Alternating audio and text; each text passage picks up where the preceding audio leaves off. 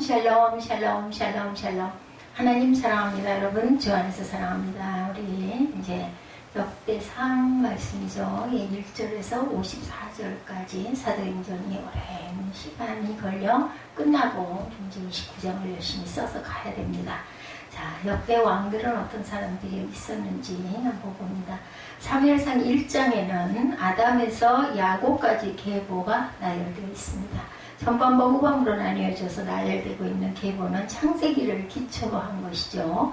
역대기는 바벨론 포로 생활에서 돌아온 후 어려운 시련을 겪으면서 낙담한 이스라엘 백성에게 지난 세월 하나님께서 선민에게 베푸셨던 일들을 회고하기 위해 쓰여졌어요.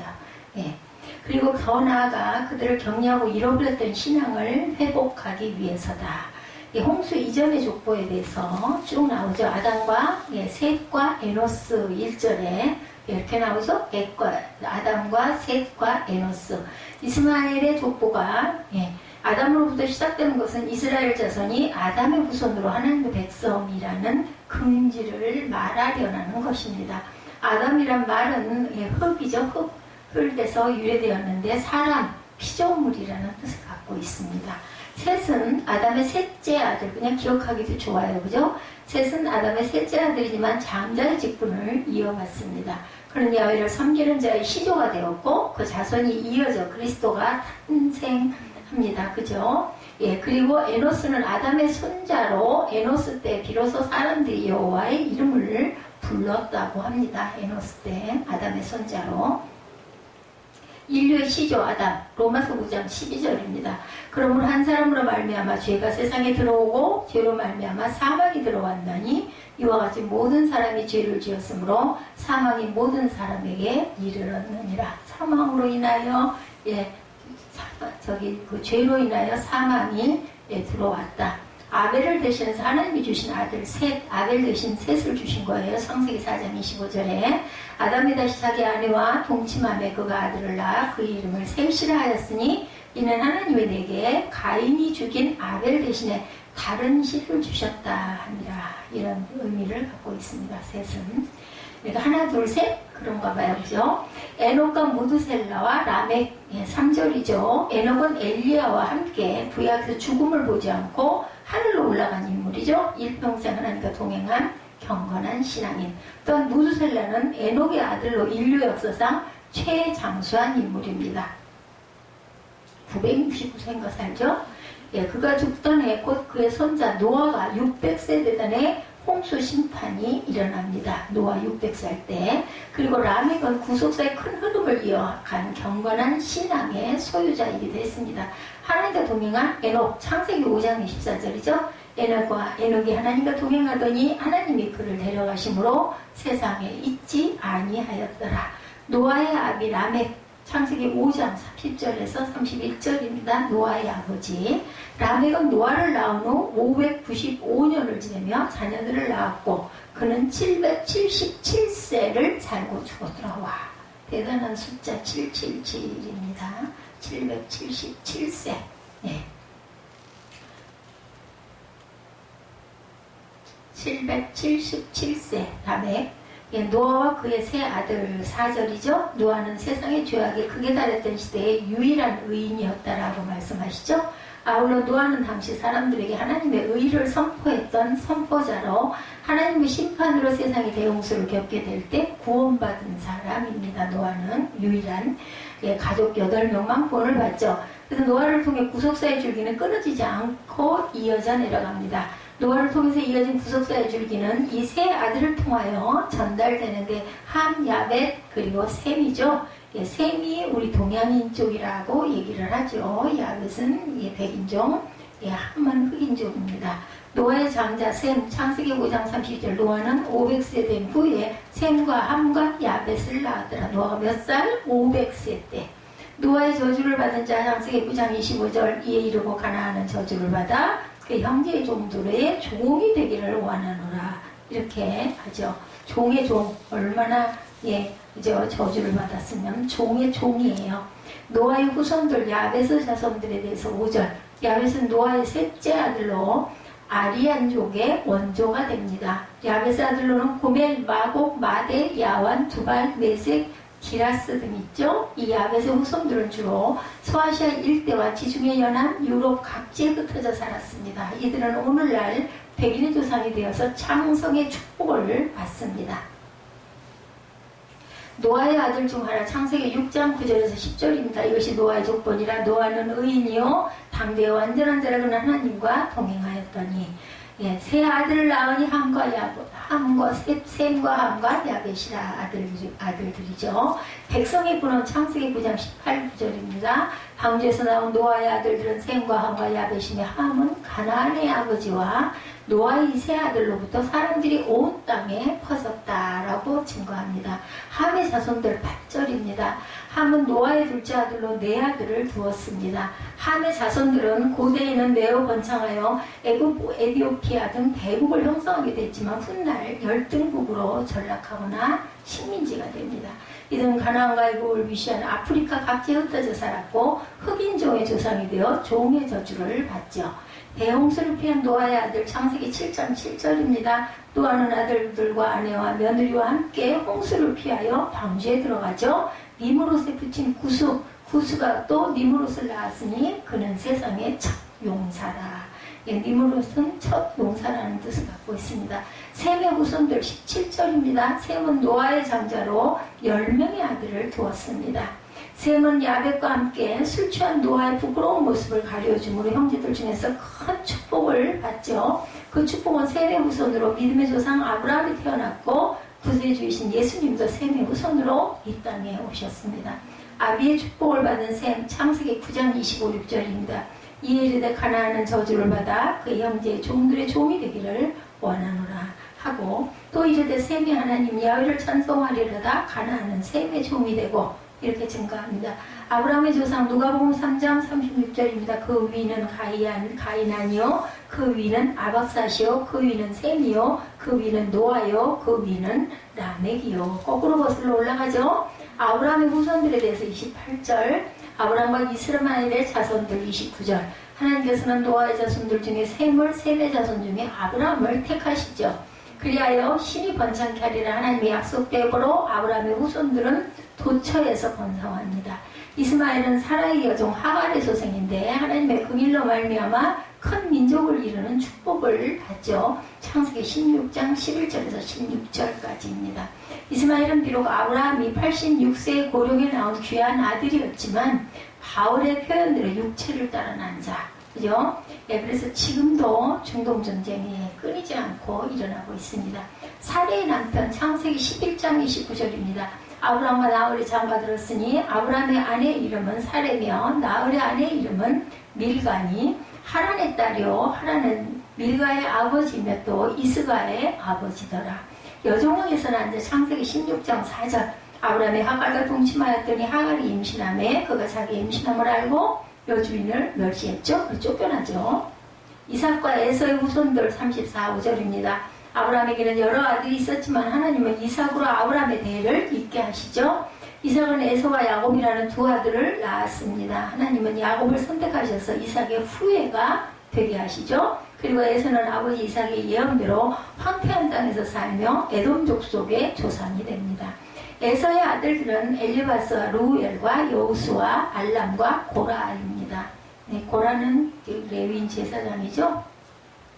아브라함이 노년에 얻은 아들 이삭 창세기 21장 2, 3절이죠. 사라가 임신하고 하나님의 말씀하신 시기가 되어 노년에 아브라함에게 아들을 낳으니 아브라함이 그에게 태어난 아들 곧 사라가 자기에게 낳은 아들을 이름하여 이삭이라고 부쉈다라는 뜻을 갖고 있죠. 사냥을 좋아하는 에서 창세기 25장 27절입니다. 이 아이들이 장성하며 에서는 익숙한 사냥꾼이었으므로 들 사람이 되고 야곱은 조용한 사람이었으므로 장막에 거주하였다라고 증거합니다. 이렇게 역대상 1장에서 우리는 인류의 시조인 아담에서부터 야곱까지의 족보를 살펴봅니다. 각 사람의 이름에는 그 인생이 내포되어 있고 그 인생은 그 사람만이 살다간 삶의 달들이 보여집니다. 우리는 이러한 족보를 통해서 다시 한번 인간의 삶의 엄숙성, 예, 그리고 신성함을 깨닫고 의인의 삶과 같은 인생을 살아가도록 힘써야 되겠죠. 역대상과 역대하의 말씀은 이스라엘의 역사를 세속적인 관점에서가 아니고 역사의 참 주인 되신 하나님의 관점에서 조명하고 있는 구속사적 역사서입니다. 이 역대상의 처음 몇 장들은 순전히 족보로만 가득 차 있어요. 아주 그냥 정말 질리도록, 예, 좀 은혜 받지 않는 사람들은 이거 도대체 읽어야 돼? 이런 소리들 하죠. 오늘 보면 1장에서 그 중에 아담에서부터 이스라엘까지, 즉 야곱까지 이르는 족보가 기록되어 있습니다. 여기서 우리는 특이한 점을 두 가지 보게 되는데, 보통 족보에는 이제 조상으로부터 시작해서 그 자자손손을 순서대로 빠짐없이 기록하는 것이 보통인데, 역대상 1장에 기록된 족보에는 혈통에서 벗어난 비주류 종족의 족보가 포함되어 있다는 사실이 특이합니다. 그것만 해도 이상한 족보라고 할 수 있는데, 더욱 이상한 것은 그런 불신앙의 자손에 관한 족보가 양적으로도 훨씬 더 많이 기록돼요. 왜냐하면 불신앙의 사람들이 많았다는 거죠. 예, 빼놓지 않고 다 기록을 했고, 예, 불신앙의 사람들이 기록을 하보니 훨씬 많았다. 그렇다면 그 소수의 족보에는 도대체 무엇이 포함되어 있었기에 그처럼 절대적인 다수를 제치고 구속사의 주류가 될 수 있었던 것일까? 그것은 바로 장구한 세월의 흐름과 수많은 세대의 교체 중에도 마치 산처럼 변하지 않은 두 가지 정통 가문을 통해 이어져 가고 있었습니다. 우리 모두가 늘 해가 흘러가고 또 새 한 해가 다가오는 이런 시간의 흐름 속에 살아가고 있죠. 우리가 결코 잃지 않고 변함없이 간직해야 할 가장 소중한 전통과 유산이 무엇인지 우리 함께 상고해 봅니다. 흘러가는 역사 속에서도 바른 신앙의 교회를 통해서 변함없이 계승되어 가죠. 하나님을 경외하는 신앙의 가문의 족보, 역대상 1절 이하 23절에 이르는 족보에서 우리가 이것을 배울 수 있는데, 그 중에 1절부터 4절만 보면, 예, 아담, 셋, 에노스, 게난, 마할, 랄렛, 여렛, 에녹, 무두셀라, 좀 이름이 익숙하죠. 라멕, 노아, 셈, 함, 야벳이라고 간결하게 기록되어 있습니다. 여기서 아담의 대를 이는 아들로 셋의 이름만 나와 있지만, 잘 아다시피 아담에게는 그 전에 가인과 아벨이 있었어요. 그죠? 그렇지만 아벨은 가인에게 죽임을 당했고 그 후에 세 번째로 셋이 태어났다. 여기서는 의도적으로 기억하라고 제가 세 번째라고 얘기합니다. 그건 아니죠. 예, 가인과 아벨 그리고 셋. 예, 여기서도 의도적으로 가인의 이름을 제외되고 오직 경건한 후손 아벨 대신 하나님께서 아담에게 주신 셋의 자손들만 기록되어 있습니다.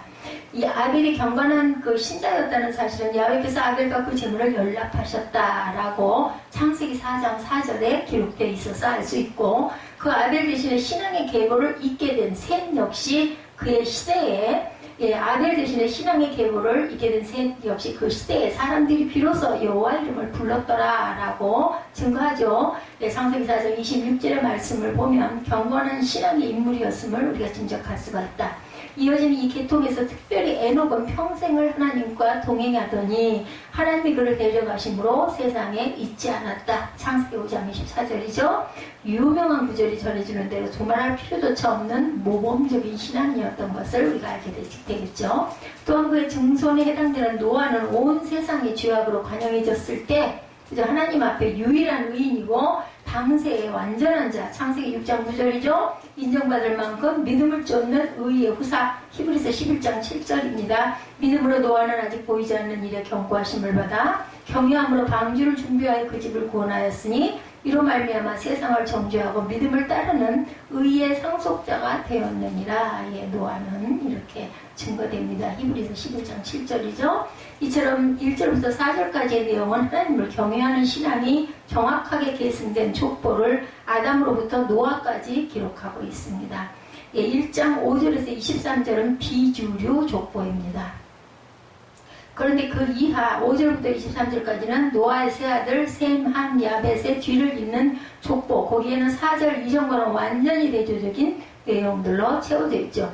나중에 24절로 27절에 보면 셈, 아르박사, 셀라, 에벨, 벨렉, 루, 스룩, 나홀, 데라, 아브라함 곧 아브라함이라고 셈에서부터 아브라함에 이르는 족보가 나타나는데, 이것은 바로 1절부터 4절까지 나왔던 것과 똑같은 간결한 패턴으로 똑같은 신앙의 계보로 연결되는 내용들이 나타납니다. 그렇다면 그 정통 신앙이 계승된 족보사의 5절 이하 23절의 내용이 끼어들어 있는 것은 이 부분이 비록 바로 비주류, 불신앙적인 후손들이 이어진 족보임을 알 수가 있다. 그러니까 믿음의 조상이 있었어도 믿지 않는 자들도 이렇게 많이 나옵니다. 야벳의 후손 중에 나타나는 비주류, 그 중에 우선 1장 5절에서 7절에는 야벳의 자손들을 언급하죠. 그들의 이름이 고멜로부터 도다님까지 기록되어 있는데, 이들이 헬라 민족, 러시아 민족, 켈트족, 아르메니안족 등 우리가 세계사를 통해 알고 있는 유명한 민족들의 조상이 됩니다.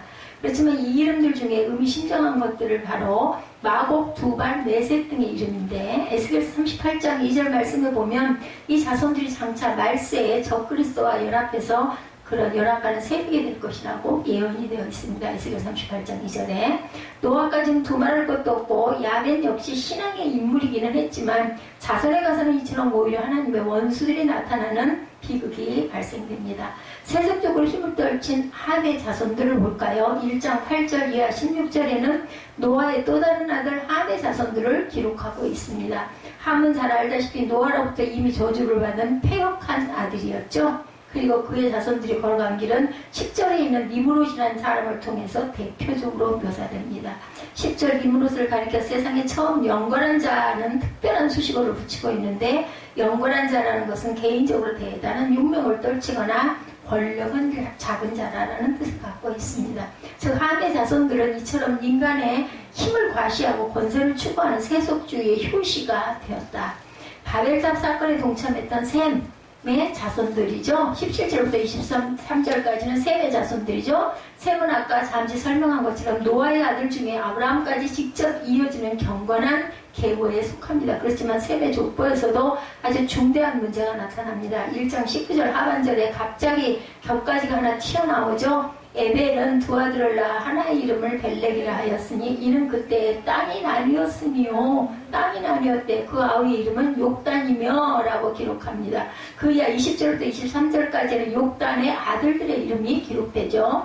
왜 여기서 나중에 아브라함까지 이어질 장자인 벨렉의 계보는 사라지고 그것과 아무 관계없는 벨렉의 동생 욕단의 족보가 등장하였을까? 그것은 이 시점에 와서 셈의 후손 가운데서도 신앙 계승에 큰 이상이 발생했음을 보여줍니다. 19절 중간에 보면 그때 땅이 나뉘었다. 아까 우리 읽었죠? 이것은 바로 에벨에서 벨렉으로 이어지는 시대에 바벨탑의 사건이 일어나면서 사람들이 전 세계로 흩어지게 된 거죠. 즉 하나님께 반역하면서 다시 홍수 심판 따위가 일어나도 온 지면에 흩어지게 되는 것을 막으면서 우리 이름을 온 세상에 퍼뜨리자는 그 교만의 바벨탑이 세워졌을 때 이 셈의 자손들 중에서도 그런 불신한 운동에 빠져들어간 사람들이 있었다는 것을 우리가 알 수가 있겠죠. 셈, 함, 야벳의 아버지 노아는 당대의 유일한 의인이라고 불린 경건한 신자였어요. 그렇지만 바로 그 아버지와 함께 홍수 심판에서 구원을 받았던 이 세 아들들의 자손대에 와서는 신앙 계승이 제대로 이어지지 못했다. 그들 중에 적그리스도에 속한 불신앙인들이 태어나죠. 즉 야벳의 자손, 그들 중에 세상적 힘만 자랑하는 세속주의자들이 있었어요.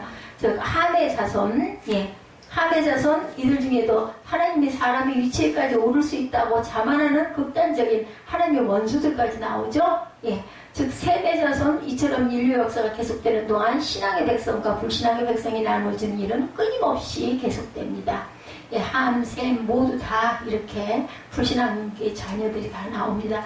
아무리 부모 세대는 신앙을 잘 지킨 집안이라 해도 자녀들 중에 불신앙인들이 나올 수 있고, 그렇게 되지 않고 신앙을 바로 이어받은 자녀라 할지라도 세월이 흐르면 후손들에게 역시 불신앙의 무리들이 나타나는 것이 일상으로 일어나는 일들이다. 즉 어떤 신앙의 가문에도 자자손손 단 한 명도 불신자가 생기지 않는 경우란 있을 수 없다. 이것은 교회사에도 똑같이 적용이 됩니다. 어느 한 교단이 바른 신앙의 전통을 받아 세워져도 역사가 흘러가면서 바로 그 안에서도 이단의 무리, 불신앙의 배교자들이 끊임없이 일어납니다.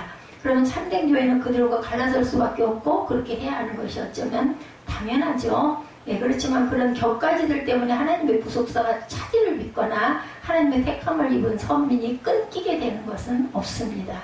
왜냐하면 여호와 이름을 부르는 세세 경건한 후손들은 창세기 때부터 오늘에 이르기까지 오직 소수의 참된 교회를 통해서 끊임없이 계승되어 가고 있기 때문이다. 절대 다수의 불신앙의 후손에도 불구하고 아담에서부터 아브라함까지 경건한 영적 혈통이 계속 이어진 것처럼 이제 우리가 또 한 해가 저물어 가요. 그죠? 벌써 8월이에요. 곧 눈앞에 9월이 왔습니다. 9월 지나고 나면 10월, 11월 되면 크리스마스가 또 돌아오죠. 예, 예수님이 재림이 이만큼 가까워지고 있는 종말 시대에도 오직 바른 교회 운동을 통해서 하나님만을 유일하신 절대 주권자로 모시는 정통 신앙의 맥락이 이어가는 저와 여러분들이 되시기를, 아무리 소수라 할지라도, 그렇죠, 아무리 많은 사람이 변한다 할지라도 우리는 절대로 신앙을 잃어버려서는 안 되겠죠. 교체되는 세대 가운데 하나님의 유업이 가정을 통해서 계속 상속되어져야 합니다. 28절 이하 54절까지 내용에서 이 사실을 확인할 수 있는데, 1장에서는 이렇게 똑똑 잘라서 이렇게 해서 구분을 해서 한번 나중에 천천히 읽어보세요. 그 중에 28절과 34절에 보면, 28절 아브라함의 아들은 이삭과 이스마엘이라, 34절 아브라함이 이삭을 낳았으니 이삭의 아들은 에서와 이스라엘이더라. 에서와 야곱이죠. 야곱이 이스라엘이라고 기록이 역대 그 상에서는 나타납니다. 여기서 우리가 잘 아는 아브라함, 이삭 그리고 야곱까지 이르는 유명한 믿음의 조상 3대를 앞에 문단에서 보았는데, 아담부터 아브라함에게 이르는 정성 족보의 경우와 똑같이 간략하게 기록되어 있죠. 그에 비해 이들과 같은 집안에서 태어나 동시대를 살았던 이스마엘과 에서의 후손으로 이어지는 족보는 28절부터 54절까지 긴 문단에서 나머지 27절들을 가득히 메우고 있는 걸 봅니다. 그러니까 자녀가 그만큼 많았다라는 거예요. 아브라함에서 야곱까지 이르는 이 3대에 걸쳐 성취된 것을 세상적으로 따져본다면 아무것도 없었던 것이나 다른 데 없었어요. 내가 너로 큰 민족이 되게 하리라는 말씀 하나만 믿고 하나님께서 지시하신 땅 가나안으로 들어온 아브라함은 자신의 평생에 걸쳐 큰 민족과 큰 땅은커녕 겨우 아들 하나를 남기고 바탄 떼기의 장지, 거기에 막벨라 물에 묻힌 것으로 끝이 났어요. 아브라함 민족이 큰 조상이 되게 하겠다고 했는데, 우리 에스더 말 맞다나 3위. 근데 그것이 그죠? 지금은 우리는 성경으로 보고 있죠? 아브라함 믿음의 조상 맞습니다. 그렇게 된다라는 거죠. 이 그러니까 하나님의 때와 우리의 때, 우리가 생각하는 때가 달라서 그런 거예요.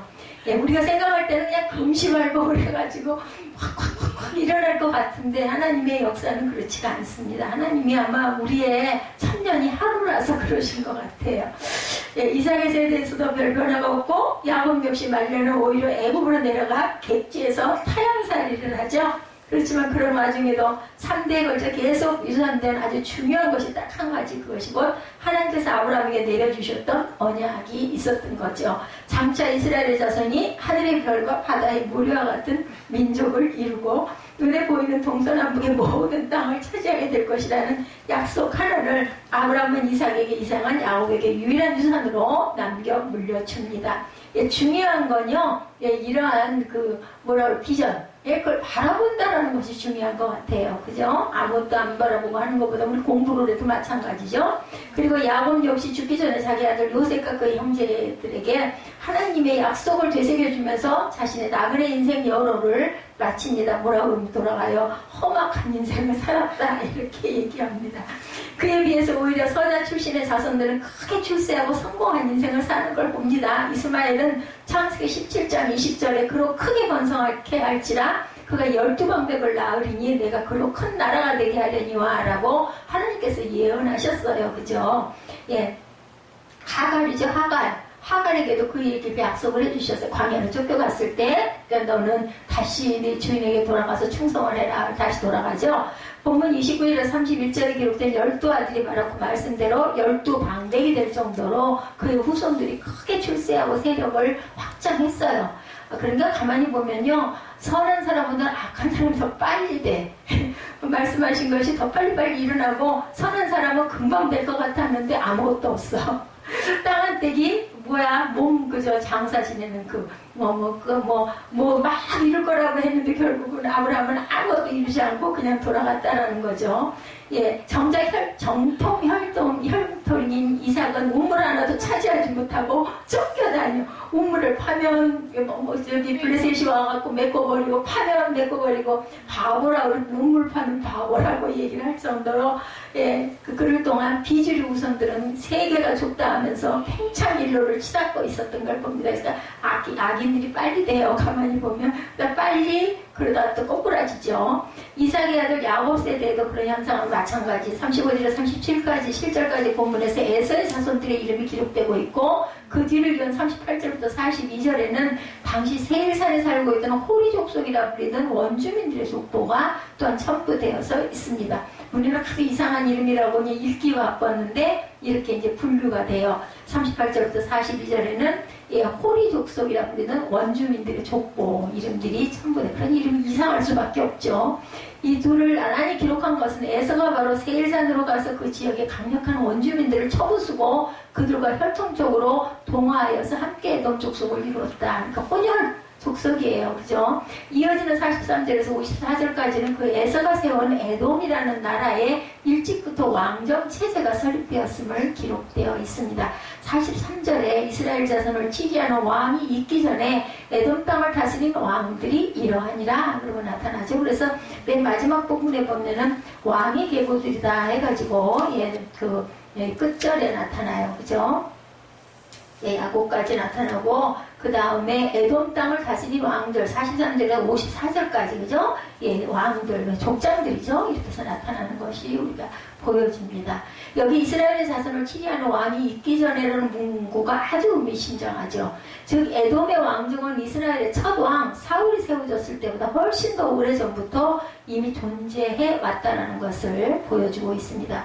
왕정의 체계가 갖춰졌다는 것은 그만큼 국력이 강하고 조직과 기강이 잡혀있는 정치적으로 발달된 나라였다는 것을 의미합니다.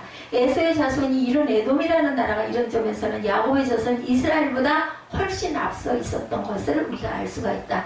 이처럼 아브라함의 정통 계보를 잇는 집안에서는 겨우 몇십 명 정도의 가소를 거느린 족장으로 평생을 사는 정도에서 끝났지만 야곱 때에 가서는 다른 나라에 몸붙이고 사는 처지가 되죠. 그 자손들은 아예 애굽에서 바로의 종으로 전락해버리고도 맙니다. 그렇지만 그러는 동안 서자의 우선 에돔은 강력한 왕이 다스리는 독립국가를 건설해가고 있었다. 대조적인 그러한 가문이죠. 불신앙의 자손들이 세상에서 출세하고 권력을 잡고 다른 나라를 점령하기도 하고 일국의 통치자들이 되어가고 있는 판에 명색이 믿음의 조상이라는 집안은 자기 사역당 하나 변변히 자리 잡지 못하고 국가 건설은커녕 남의 나라의 더우살이 신세를 면치 못하는 것을 보여줍니다. 그냥 세상적 관점에서 본다면 아브라함의 정통 가문이 이스마엘과 에서의 자손에 비해 너무 못나고 보잘것없는 모습으로 살고 있었다. 그렇지만 결국 가서는 결국 그렇지 않다라는 거죠. 아브라함의 적자 후손을 통해서는 정통 혈통을 통해서는 세상에서 성공하고 출세하는 유산보다 100배, 1000배 귀중한 유산이 전해지고 있었다는 것을 우리가 성경적으로, 영적으로 알 수가 있습니다. 그것이 바로 하나님께서 이스마엘이 아니라 이삭에게만, 에서가 아니라 오직 야곱에게만 주신 축복이라는 것. 하늘의 약속이죠. 그게 세상적으로 볼 때는 별로 출세한 것 같지 않지만 영적으로 영원한 면에서는 큰 축복, 사람이 줄 수 없는 축복을 받은 거죠. 그들이 장차 이루게 될 큰 민족과 나라에 대한 하나님의 약속이 세대가 바뀌며 겉보기에는 별로 나아지는 것이 없어 보이는 가운데서 이들은 꾸준히 후손에게 전수되고 그 약속은 결국 가나안 정복과 이스라엘 건국이라는 엄청난 축복으로 실현이 됩니다. 그래서 우리나라 그 명언에도 대기만성 이렇게 얘기하죠. 내 자식이 나보다 더 머리가 좋아서 좋은 대학교 입학했다고, 나는 고생했지만 내 아들들은 억대 연봉을 받는 좋은 직장에 취직되었다고, 나는 총구색에 태어났지만 내 자녀와 손주들이 남들이 다 부러워할 만한 사회적 지위에 오르게 되었다고만 해서 우리가 가문이 복을 받았다고 절대로 생각해서는 안 된다라는 거죠. 그것은 착각이라는 겁니다. 영적인 축복이 진짜 축복이라는 것을 우리는 알아야 합니다. 하나님의 약속, 이것을 전해주고 물려받지 못하면 가문에서 사실상 빈 껍데기 상속만 이루어지고 있을 뿐이다. 오직 의인의 자손, 선인의 후손에게만 주시기로 약속된 금세의 축복과 내세의 소망, 이것이 유업으로 전해지지 않으면 그런 집안이란 천국에서는 문자 그대로 이상가족이 될 수밖에 없다. 부모는 교회의 직분자까지 되었는데도 자녀는 주일학교에 출석하지 않고 뭐 그런 아이들 너무나 많죠. 이제 말을 안 들어요. 아무리 다른 사람 앞에 잘난 자식을 두었다고 뻐기고 있어도 실상은 뭐라 그래 콩가루 집안 돌려 세워놓고 이렇게 치부합니다. 몇십 년 전 언젠가 어떤 원로 목사님께서 교회학교 형제들을 불러놓고 유언처럼 말씀하시더래요. 나는 너희에게 예수 믿는 신앙 이것 하나는 확실히 전해주었으니까 내가 너희들의 아버지로서 할 것은 완전히 다 했다. 그러니 나한테도 아무것도 받기를 바라지 말아라 라고 말씀을 하시더래요. 정말 이제 아버지의 그 말씀 그대로 세상에서 가장 부유한 유선을 받았다라고 아들은 고백을 했다고 합니다. 그런 신앙의 유업을 물려받은 그러한 집안의 그 자손들은 아무리 감사해도 다 알 수 없는 세상에서 가장 귀한 것이 넘치도록 누리는 축복의 가문이라고 그 아들들은 아주 자부를 했다고 하죠.